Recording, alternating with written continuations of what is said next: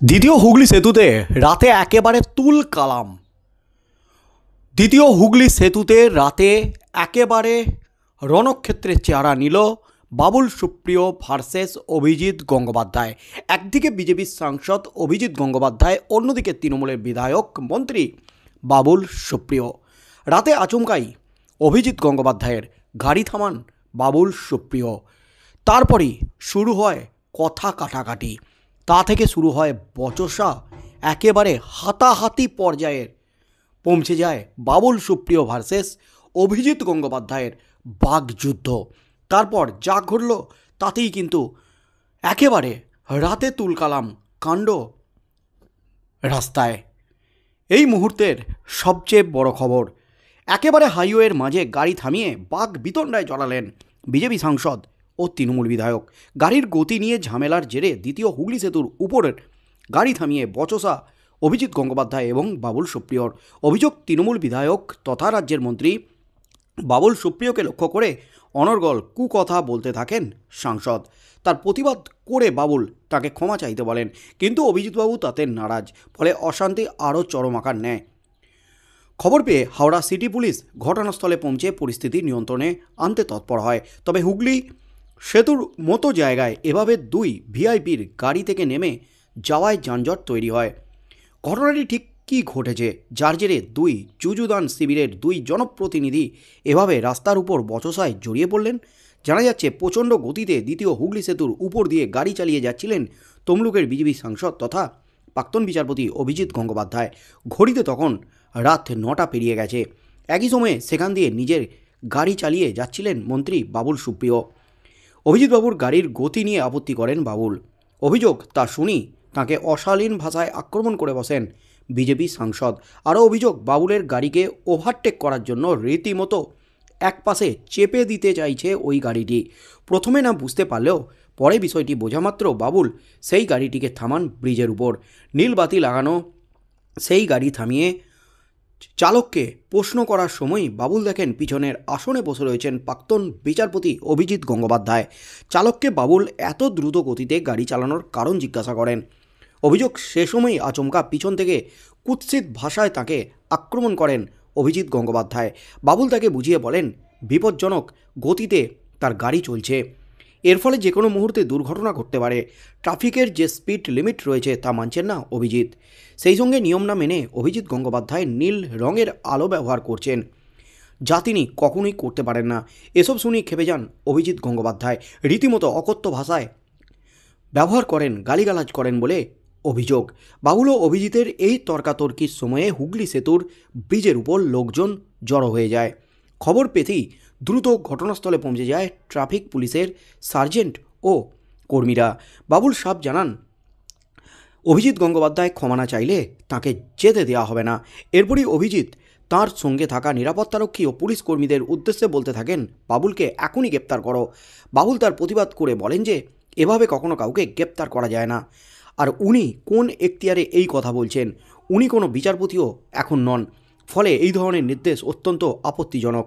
উত্তেজনা একটা সময়ে চরমে উঠে যায়। শেষ পর্যন্ত বাধ্য হয়ে নিজের দোষ স্বীকার করে রণে ভঙ্গ দেন অভিজিৎ গঙ্গোপাধ্যায়, এমনই কিন্তু দাবি বাবুল সুপ্রিয়র। পরে বাবুল সুপ্রিয় বলেন উনি নিয়ম ভাঙছেন, তার আবার প্রতিবাদ করলে জঘন্য ভাষা কথা বলছেন।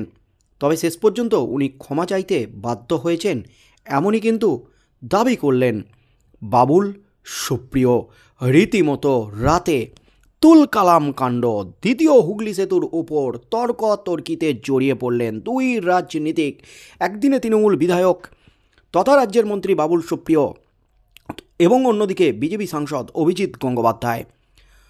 রাতে, গভীর রাতে প্রায় 15 থেকে 20 মিনিট ধরে চলল দুই নেতার এই বচসা, একেবারে হাতাহাতি লাগার উপক্রম।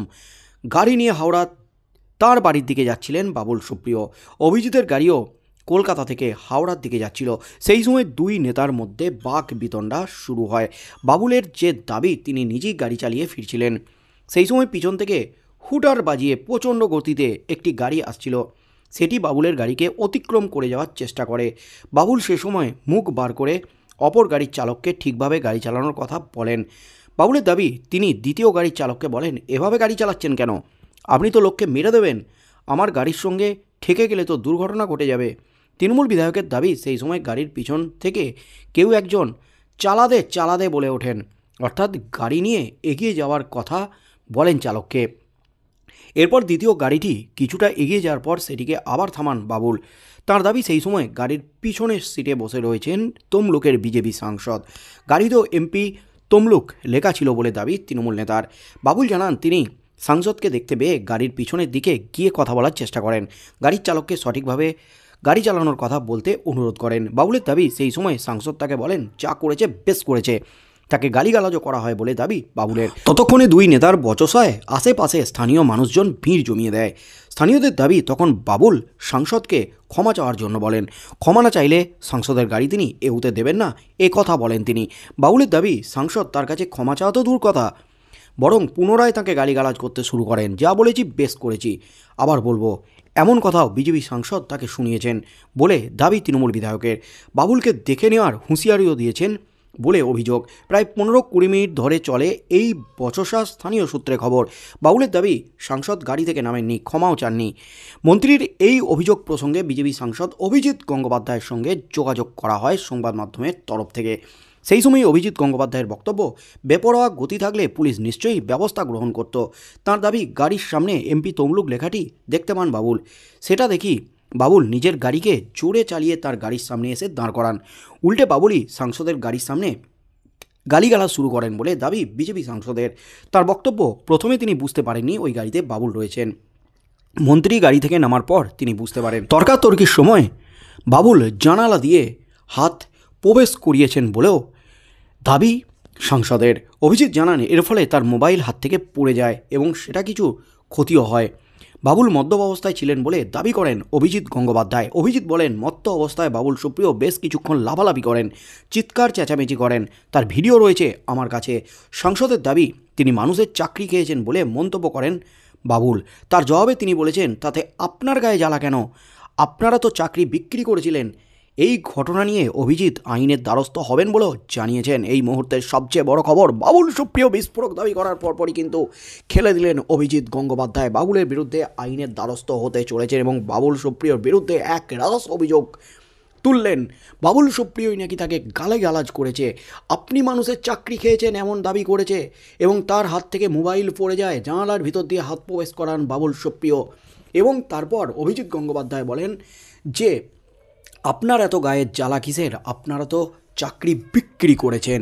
এবং তার সাথে সাথে আইনের দ্বারস্থ হবেন বলে জানিয়ে দিলেন সাংসদ অভিজিৎ গঙ্গোপাধ্যায়। বাবুল সুপ্রিয় মদ্যপ অবস্থায় গাড়ি চালাচ্ছিলেন, এমনই কিন্তু দাবি করলেন অভিজিৎ গঙ্গোপাধ্যায়। কিন্তু বাবুল সুপ্রিয় দাবি করেছেন অভিজিৎ গঙ্গোপাধ্যায় তিনি তাকে গালিগালাজ করেছেন এবং অভিজিৎ গঙ্গোপাধ্যায় তিনি সেখানে নিরাপত্তারক্ষী এবং যে সমস্ত ফোর্স ছিল তাদেরকে বাবুল সুপ্রিয়কে এক্ষুনি গ্রেপ্তারি করতে বলেন। এক্ষুনি গ্রেপ্তার করুন বাবুল সুপ্রিয়কে, এমনই কিন্তু নির্দেশ দেন অভিজিৎ গঙ্গোপাধ্যায়। তারপর বাবুল সুপ্রিয় অভিজিৎ গঙ্গোপাধ্যায়কে বলেন, আপনি এই নির্দেশ দেওয়ার কে? আপনি কি এখন বিচারপতি আছেন? আপনার এই নির্দেশ দেওয়ার কোনো অধিকার নেই, এমনই কিন্তু দাবি করেন। তবে বিচারপতি অভিজিৎ গঙ্গোপাধ্যায় তথা সাংসদ অভিজিৎ গঙ্গোপাধ্যায় তিনি বাবুল সুপ্রিয়র বিরুদ্ধে আইনের দ্বারস্থ হতে চলেছেন, এমনই কিন্তু খবর উঠে আসছে। তাই আজ কি হতে চলেছে বাবুল সুপ্রিয় ভার্সেস অভিজিৎ গঙ্গোপাধ্যায়, সেদিকেই চোখ থাকবে গোটা রাজ্যের।